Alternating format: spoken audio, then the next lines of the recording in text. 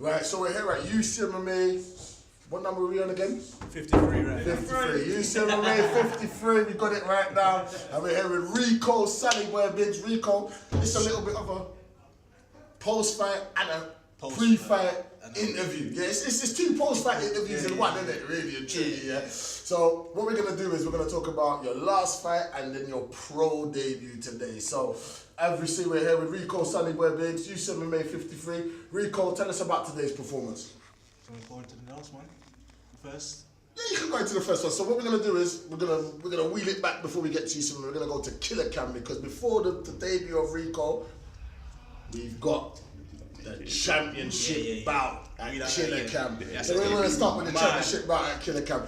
Rico, talk about the championship bout against Killer Cam against Johan Segas, who was the most avoided amateur in pretty much the country. Everybody didn't want to fight this guy. Rico Big stepped up to the challenge. Talk us through this fight. Johan Segas was a tough guy. He was strong, durable, but I was ready for him I stay ready. So it was a good fight. I was happy with how I performed. I stayed calm under pressure that he was putting me under, and I managed to get the win by decision in the end. How did you feel going through this fight? Obviously, this guy here was on the highlight reel, over 1 million views internationally. Yeah. You know, for his knockout against Hardin. Which was it? I believe it was Joe Hardin, wasn't it? From BKK. Yeah. You know, that's the guy that was, you know, showboating. He got knocked clean out. Everybody avoided him. You took up the fight. How did you feel coming into this fight mentally? To be honest, watching that fight back between him and Joe Hardin, I felt like he was getting lit up the whole fight anyway. So it was kind of, he switched on when Joe switched off. And that's what won him the fight. And for me personally, I was stepping in that cage. I was fully switched on. I was not switching off. So he had to beat me through his skills. He was not going to beat me through me switching off. So I was pretty calm going into the fight. I was very confident. I did the hard work with my team, and I got the win in the end, got my strap, and we moved on to the next fight straight away. Obviously, you've been out for a little while. You know, your last MMA bout was against Joel Pavey from New Wave Academy. Another title bout, is that correct? No, it was Harry Bentley when I defended it at UCMMA. One of the other UCMMAs. I defended my title against Harry Bentley. How did it feel, you know, moving into another title bout, you know, despite yeah, we got some of the hooligans from UCMMA, you know, they're here. Alright, so man wants a rematch with Jay Shepherd, but your shit, shut him out. Anyways. Boom. Yeah, this is what we get with Raw. So, anyway. Savage Squad shit. None of that fuckeries.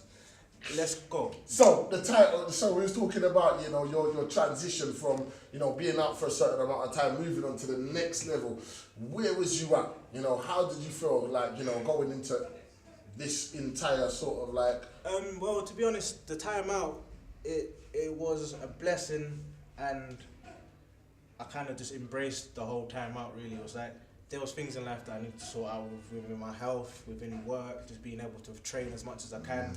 And it worked out for the better because I was able to get myself in a position where I was able to train more regularly and was able to stay fit. So it was literally just, the time was just right for me to turn over, and it was like everything's coming full circle now, so it's just time to just embrace everything and just run with it. Talking of full circle, so you've won the Killer Cam Championship, you know, you've got 2 regional titles.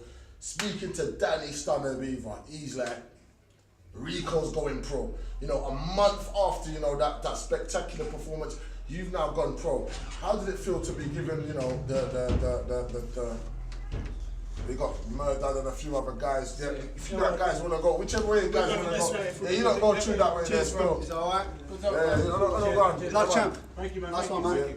Thanks, man. Nothing but respect, you see it there. That's what Love we it, get love with this it. squad. We've got respect. So, None of the people screaming out they want to fight my guys, innit? None of that stuff. Just bare respect. Bare respect, yeah. So yeah, as I was saying, I was talking about the transition. So Danny Stunner Beaver, your head coach, yeah, he's this keep going.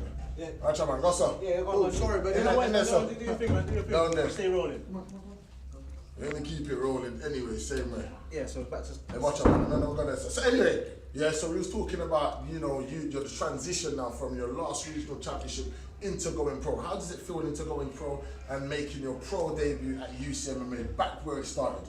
To be honest, it feels good. Like within myself, I feel like it's a very like a very good personal step. Like I feel like it came at the right time. It's been at the right moment. I've been training hard with my team. Like everything just seems to just be fitting as it should. So for me personally, turning over to go pro, it was just the right decision to make. Like Danny, I trust Danny wholeheartedly, innit? So when if he says yeah, it's time to turn over, it's time to turn over, and we're going for it. We're not on no joke thing. We're going for everything. So now that you're pro, you smashed it tonight. Before the man, his arms tire out because we're doing this raw, yeah. So like the guy's biceps are big though. Look, we're bringing it back into the camera right here. Like, so let's talk us through the fight before we even come to the conclusion. The fight, I didn't know what to expect coming into the fight. I just knew I was ready for it. That's it. I literally came off the back of a good camp for Johan Segas. I was told literally 5 days after the fight. I was back in the gym on the Tuesday after the fight. So literally the Thursday after, I was told by Daddy that I'm going pro. So I was ready. So there was no worries for me. It was literally just get in, do what you have to do, and enjoy the fruits of my labour. So that is it. What can we expect from Rico SunnyBoy? Watch out, yeah, listen. You have to know this man's name, because he's coming 6-0 as an amateur, pro debut. What's next, Rico? Really and truly, I personally can't say what's going to happen within my career. I'm just ready to go. I'm going to be training hard. I'm going to be preparing myself, just improving myself as a fighter as a whole. It's just mentally, physically, I'm just going to become a better fighter and keep showing it every time I step into that cage. That's the one thing that I'm on, and I'll leave my career within the capable hands of Danny SunnyBoy and Martin Island, and then we go from there. We take over, baby. Savage Squad shit. Yeah, hear what my man said. So watch out now. 2018-19, we're gonna watch out for Rico SunnyBoy Biggs. Rico, if you ain't watching out, you're gonna find out. Big up Saturn Sports Entertainment first, I beg you. All the time, big up Saturn Sports because they post my team. You get me? Bare views on that. Understand? Big up Saturn Sport. Always posting our stuff. Always looking after us. Good promos. Yeah.